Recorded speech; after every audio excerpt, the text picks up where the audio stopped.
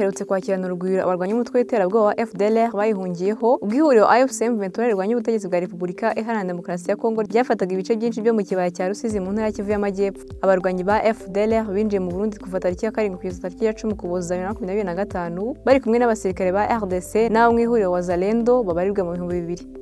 Abenshi muri bo bageze mu Burundi banyuze ku kiraro cy'umugezi wa Rusizi utandukanye ibihugu byombi. Ingabo z'u Burundi zibakusanyiriza ku kibuga cy'umupira w'amaguru cya Buganda no mu nkambi y'agateganyo ya Cishemele na Kansega. Ku kibuga cya Buganda, ingabo z'u Burundi zahaye ibiribwa FDLR n'abasirikare ba RDC babarirwa mu 600, ariko aba Wazalendo barenga 400 ntabyo bahawe. Ibyo bishimangira umubano mwiza umaze igihe uvugwa hagati y'impande zombi. Urubuga SOS Media rwatangaje ko leta y'u Burundi iri gutegura inkambi iri kure y'umupaka yo gushyiramo abarwanyi ba FDLR, Wazalendo na FARDC mu gihe itegereje ubufasha bwa komite mpuzamahanga y'umuryango Croix Rouge ICRC.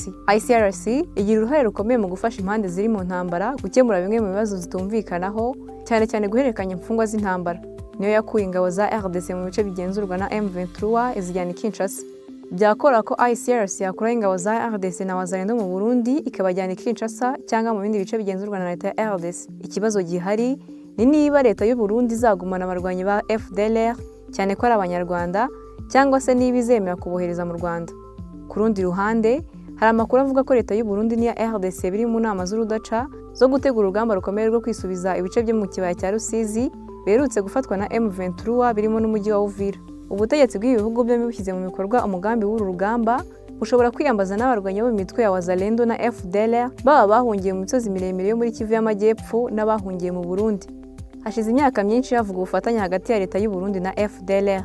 Raporo y'impuguke z'umuryango w'Abibumbye yasohotse tariki ya 23 Ugushyingo 2009 yagaragaje ko hari intwaro nyinshi uyu mutwe wagiye ukura mu Burundi uzinyujije muri Uvira na Fizi. Mu 2008 u Burundi bwaguze imbunda 40,000 za Steyr AUG muri Malaysia busobanura ko bwaziguriye abapolisi. Impuguke za Loni zagaragaje ko ibyo bitumvikana kuko abapolisi b'iki gihugu baterenga 20,000. Byaheshewe ko zohererejwe FDLR nayo iha leta y'u Burundi amabuye y'agaciro nk'ingurane. Iyi raporo yasobanuye ko kuva mu 2005 ubwo ishyaka CNDD-FDD ryajyaga ku butegetsi, u Burundi bwahindutse ibirindiro by'ibanga bya FDLR kuko hari amagana y'abarwanyi b'uyu mutwe batorejwe i Bujumbura bakambuka bajya ku rugamba mu burasirazuba bwa RDC.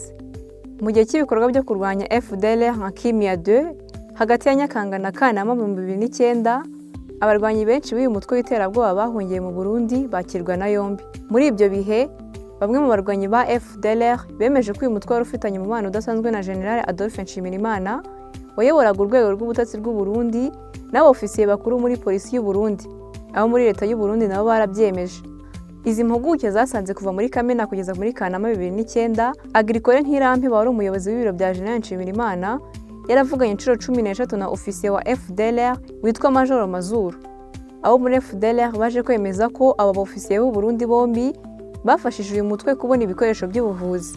Agricole Ntirampe wazamuye ku ipeti rya General Major ni ambasaderi y'u Burundi muri RDC kuva mu 2022. Uyu mwanya yawushyizwemo na Perezida Evariste Ndayishimiye.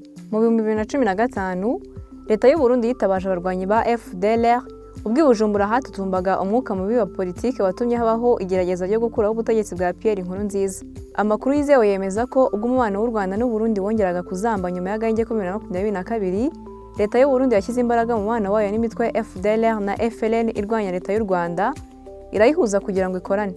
Ubwo leta y'u Burundi yoherezaga ingabo mu burasirazuba bwa RDC guhera 2022, zavuzwe gukorana n'abarwanyi ba FDLR mu bice bitandukanye birimo teritwari ya Masisi bihujwe n'ingengabitekerezo yo kwanga abatutsi n'inyungu zishingiye ku bukungu.